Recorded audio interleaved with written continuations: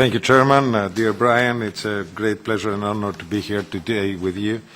You know that Greece undertook the presidency of the Council at a very critical point of both the financial crisis, but also a critical point of the work of the European Parliament, because we have to deal only with half parliamentary session, since you are going to dissolve at half of our presidency, and we have to rush up to deal with pending issues.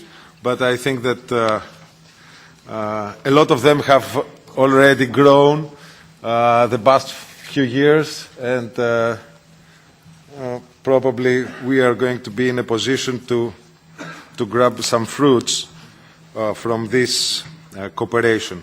First of all, personally, but also as a presidency, we are looking forward very much in the cooperation with the Parliament. And we believe that the work be done by the Parliament and all the comments made by the parliamentarians in the regulation and the legislation under preparation is very important for the presidency in order to find common ways in the Council.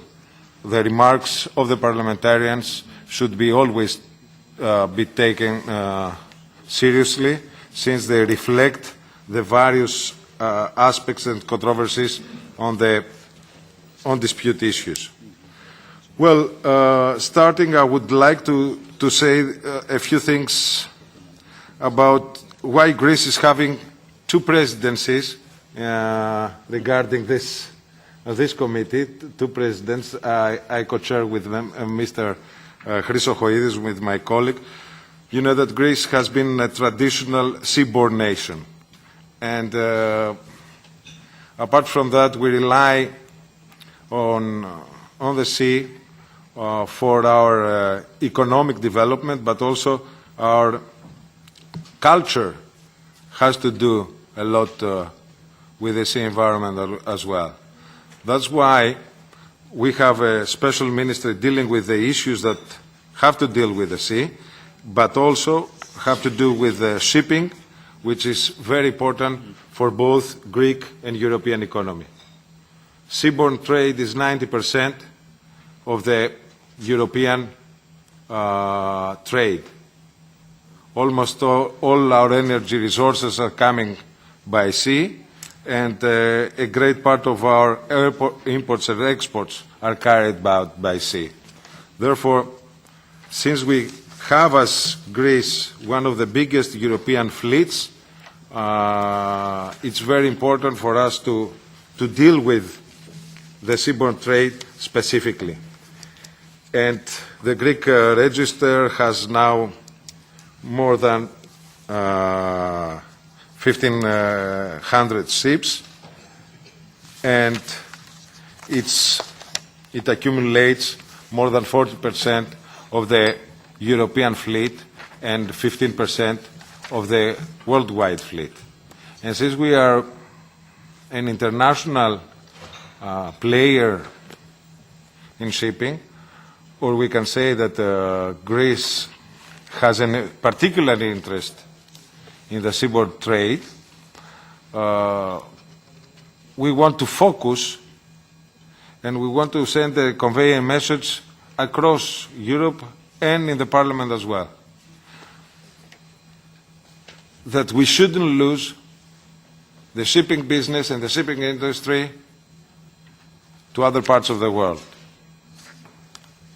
Maintaining the competitiveness of European shipping is of an utmost importance, because Europe as a whole gains from having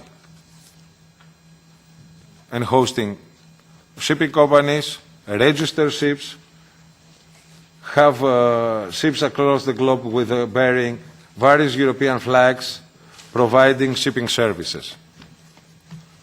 And we shouldn't move in regional policies that they are going to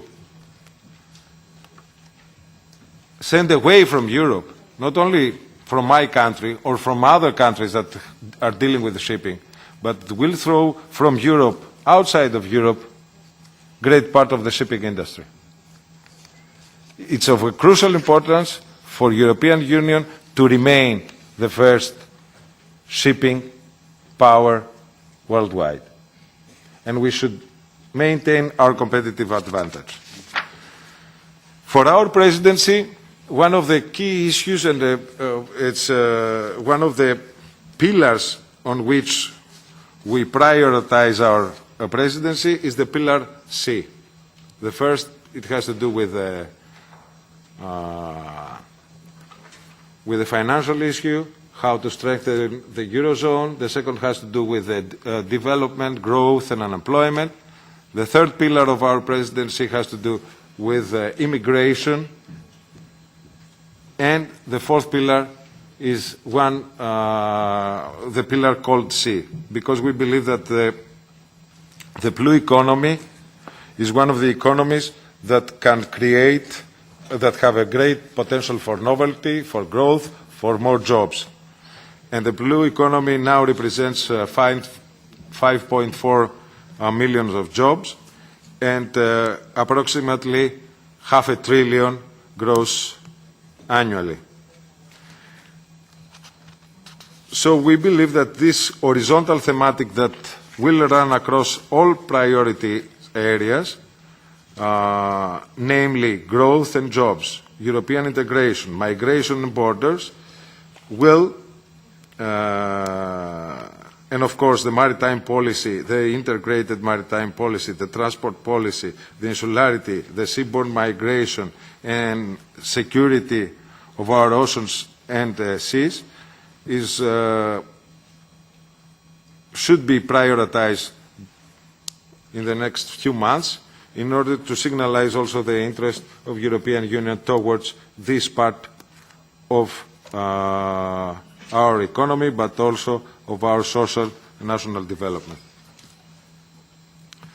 Let me say that it's very important, the work that you have done already, and I know that Mr. Simpson has put an extreme effort on that, in promoting the sea safety, and especially what you have under preparation, which is the new regulations for the marine equipment. And I know that also the under preparation regulation about the EMSAN funding are two key issues that we should focus on. We should work together. We should try to find common grounds with the Council and the Commission in order to move advance. To have our seas clean, to have our ships up to date, it's of an utmost importance for a shipping nation like us and a seaborne nation like us. Therefore, we want your help on this issue. We would ask from the Parliament the cooperation.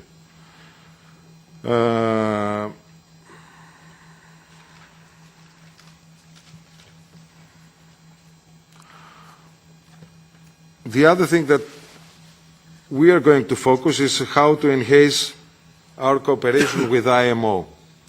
We believe that international regulation in shipping, and this is one of our priorities within the Council, is to bring closer the International Maritime Organization with the European Union in order to have uniformity in all the regulatory framework that has to do with shipping. We believe that open ports, open seas is for us very important, is for Europe very important, for shipping very important. Therefore, we have already informed the Commission, and I have informed also the press that we are going to ask from IMO to join our Council meeting, the extraordinary Council meeting in May in Athens, in order to find ways how to enhance this cooperation between our respective organizations. When we are getting in the maritime legislative proposals, we will work towards achieving progress, aiming at the successful outcome of the deliberations at first reading on a number of proposals, to which I shall briefly refer. First, as I said already, we aspire, with your support, to complete the informal trilogues and reach agreement on the Marine Equipment Directive at first reading. We will work together to finally ensure, through the adoption of the aforementioned proposed directive, the enhancement of implementation mechanisms and control of requirements for marine equipment, the simplification of the relevant regulatory environment, as well as the assurance that the requirements of the International Maritime Organization will be implemented and realized in a harmonized manner by the Member States. As regards to the proposal for the regulation of the multi-annual funding for the action of the European Maritime Safety Agency in the field of response to pollution caused by ships and to marine pollution caused by oil and gas installation, we will pursue the adoption of an agreement with the European Parliament at first reading. I would like to underline that the Hellenic Presidency, recognizing the necessity of ensuring the financial sustainability of the European Maritime Safety Agency, in order to continue its important mission in the field of maritime pollution prevention, we will make every effort for a successful conclusion of our deliberation, as I mentioned before. The Hellenic Presidency, perceiving the need for the creation of a more favourable investment environment in ports, will seek the achievement of progress in the Council with regard to the proposal for the regulation establishing a framework on market access to port services and financial transparency of the ports. I would like to tell you that also we are undergoing a heavy privatization plan for our ports, so we need to have concrete rules of how our ports work. But I know that also as a parliamentarian that difficult issues are very and very controversial, are very sometimes in a pre-electoral period are very difficult to be concluded, but we, as a presidency, we will try to bring forward the common ground on these issues. And the presidency will attribute particular significance to the procedures within the Council, aiming at the elaboration of a legislative text which will contribute to the enhancement of the growth, the smooth operation of a single market, as well as the creation of the stable environment in terms of a level playing field in ports in collaboration with the Member States and the other EU institutions. As I told you, as I informed you already, we will have an informal maritime ministerial meeting at the beginning of May in Athens, and in this ministerial meeting we will do the mid-term review of the EU's maritime transport policy, especially in the marine sector.